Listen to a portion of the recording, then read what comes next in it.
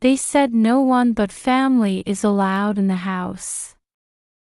On a scorching hot day, I went to visit my married daughter, only to find her emerging from a storage shed in her in-laws' yard, looking terribly thin. Inside, I saw a thin mattress on the floor. Can you believe it?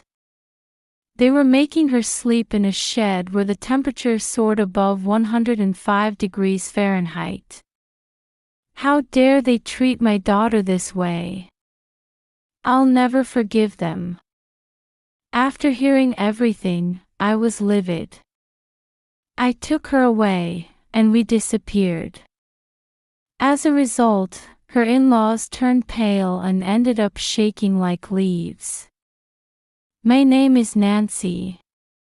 I'm 60 years old and work as a clerk at a local company. I was widowed when I was young and raised my daughter, Sophia, single-handedly.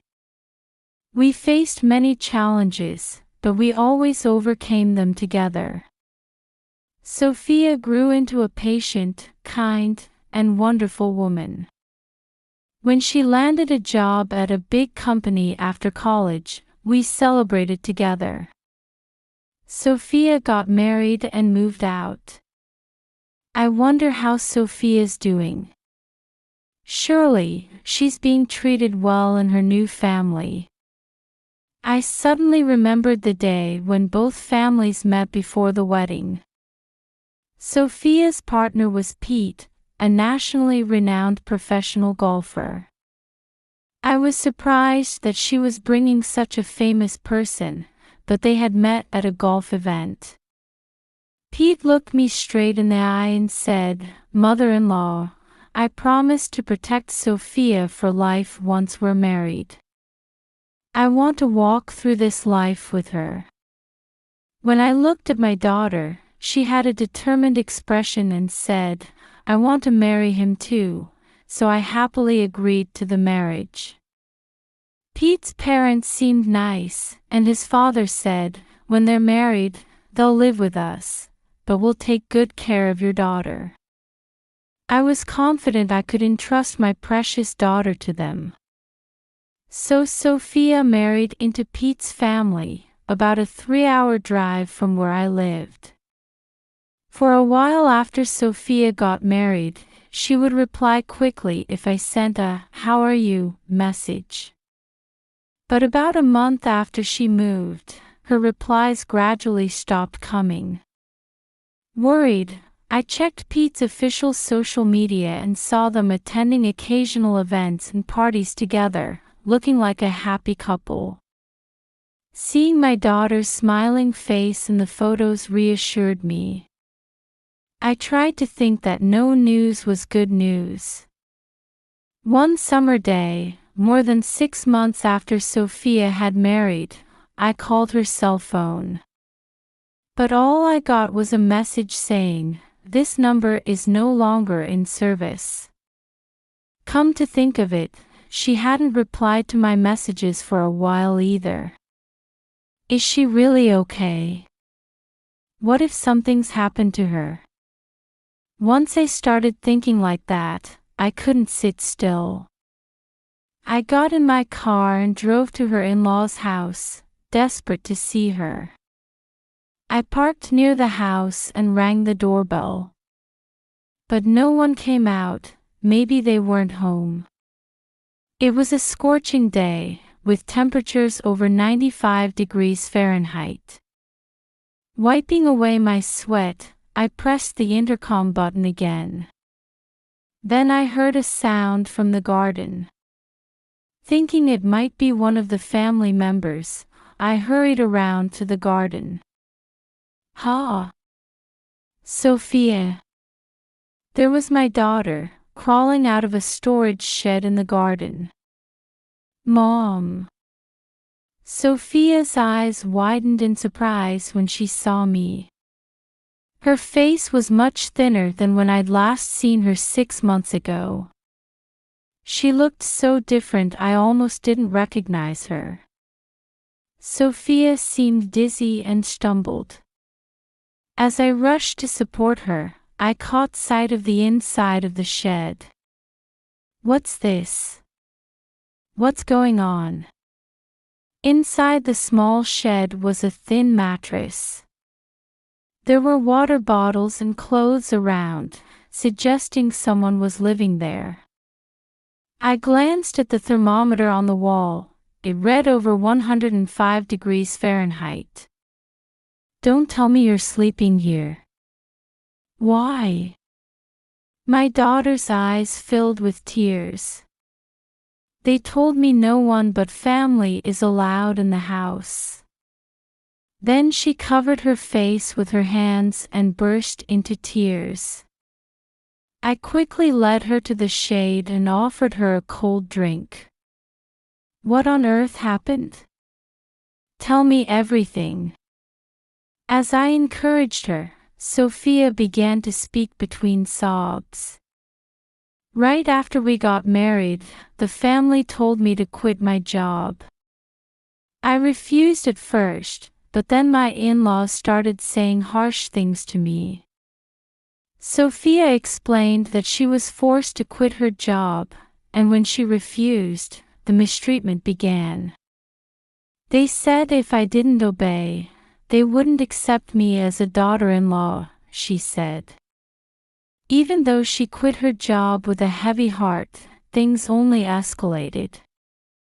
After a month of marriage, my father-in-law finally ordered me, "You're not family, so you can't enter the house."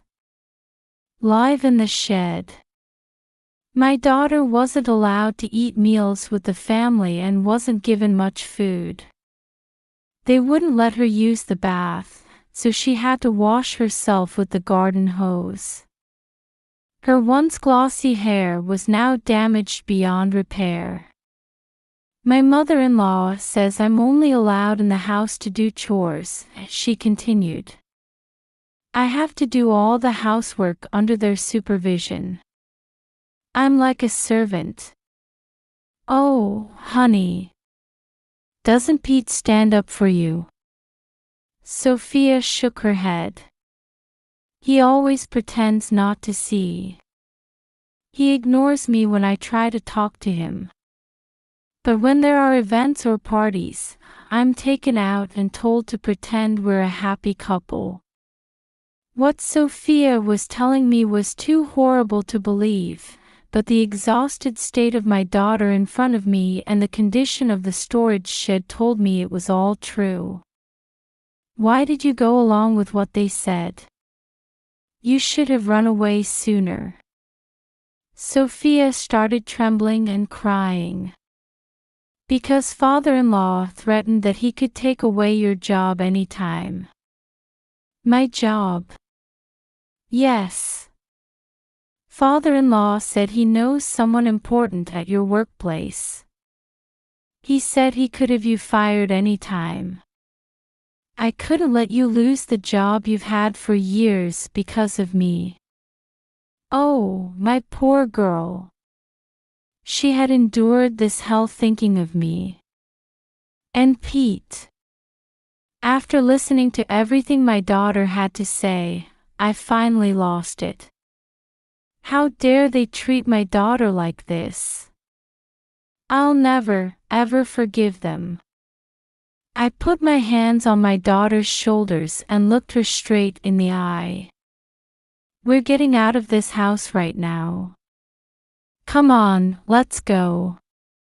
And just like that, I put my daughter in the car and left her in-laws' house. We disappeared from their sight. To prevent them from coming to our house, I decided to let my daughter rest at a hotel. It's been so long since I slept in a bed, she mumbled sadly before falling into an exhausted sleep. As I watched her, I began preparing my revenge on them. That night, I got a call from Pete. When I ignored it, his parents started calling too.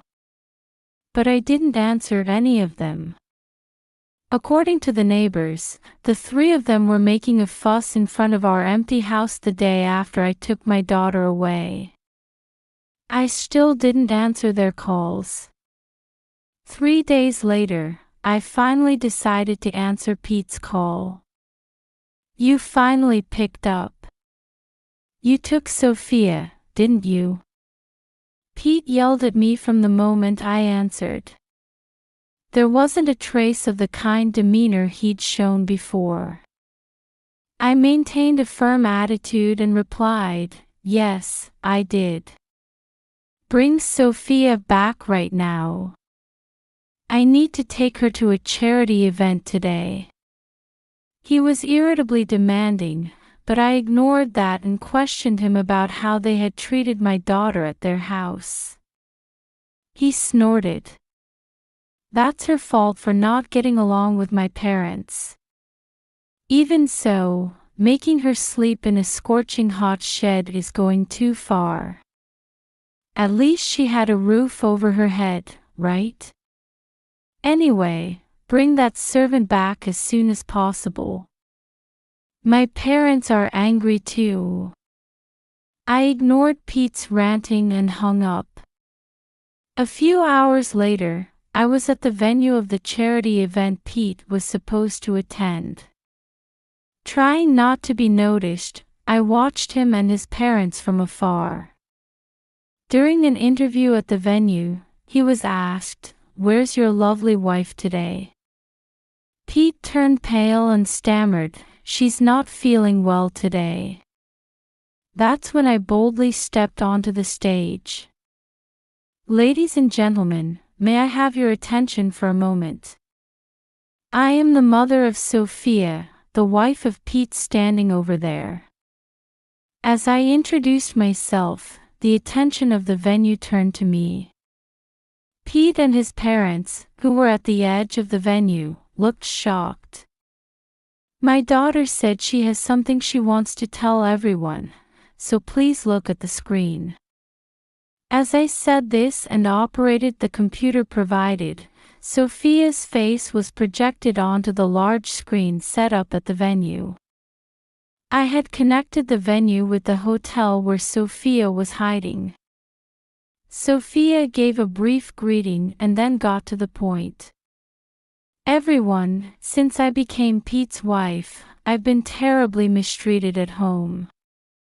They wouldn't let me in the house, saying I was an outsider, and made me live in the garden shed even in the middle of summer.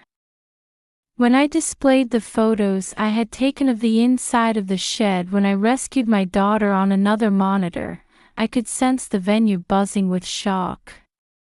I've also recorded the abusive things my husband and in-laws said to me." Sophia said this and played a voice recorder.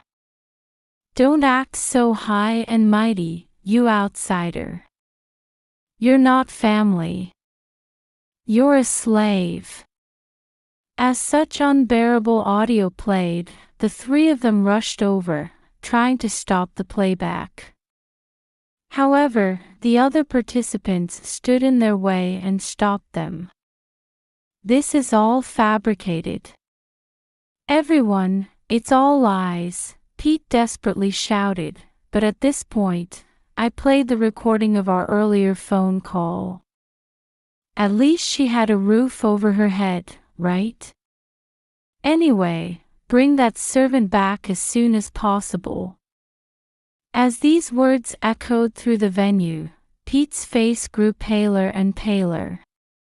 I took a breath and picked up the microphone. The reason my daughter obeyed them was because her father-in-law threatened that he could take away her mother's job at any time. My daughter endured all this to protect me. Isn't that right, father-in-law? When I glared at Pete's father, he let out a groan. But when I looked into it, you had no connections with the upper management of my company at all. You were lying and tormenting my daughter, weren't you? As I said this with tears in my voice, voices of condemnation rose from the venue. Then Sophia spoke again. "There's more I want everyone to know. This is what I witnessed when I went out shopping on my mother-in-law's orders. As Sophia said this, I displayed a photo on the monitor. It showed Pete entering a hotel with his arm around a woman. Then someone in the venue shouted, "Isn't that the pro golfer Skylar?" When Pete's affair and the fact that his partner was also a professional golfer became known, the venue was in an uproar.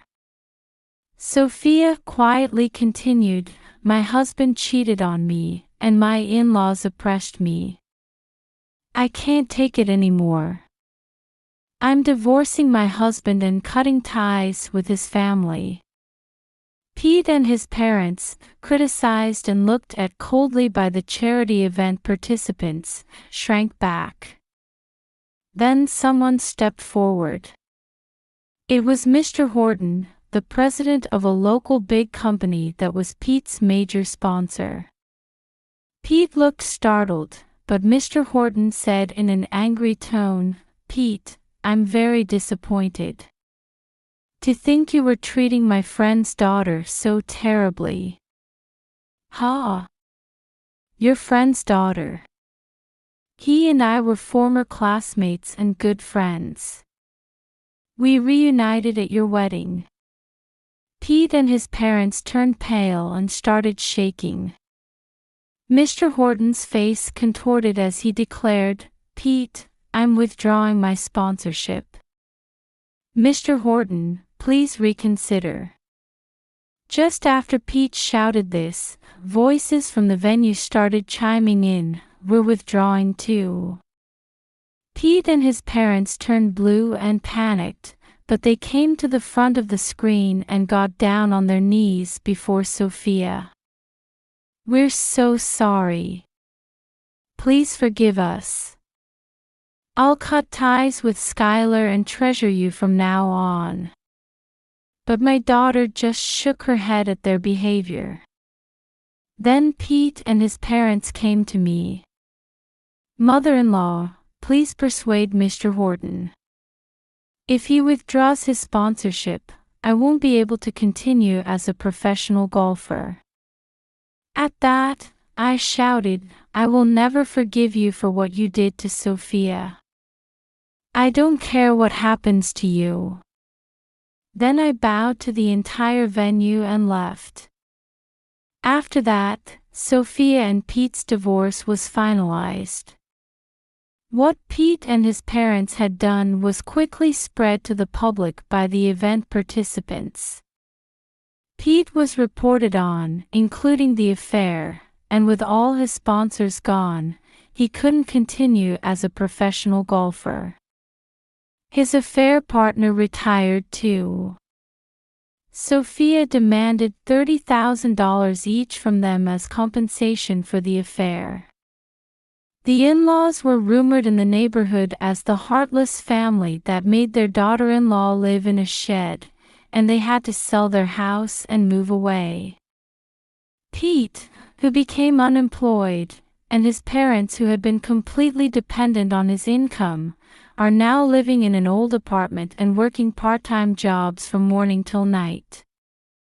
I think it's all their own doing. Meanwhile, Sophia and I are living together now. Sophia has managed to recover and is now working at Mr. Horton's company. I hope to watch over my daughter until she can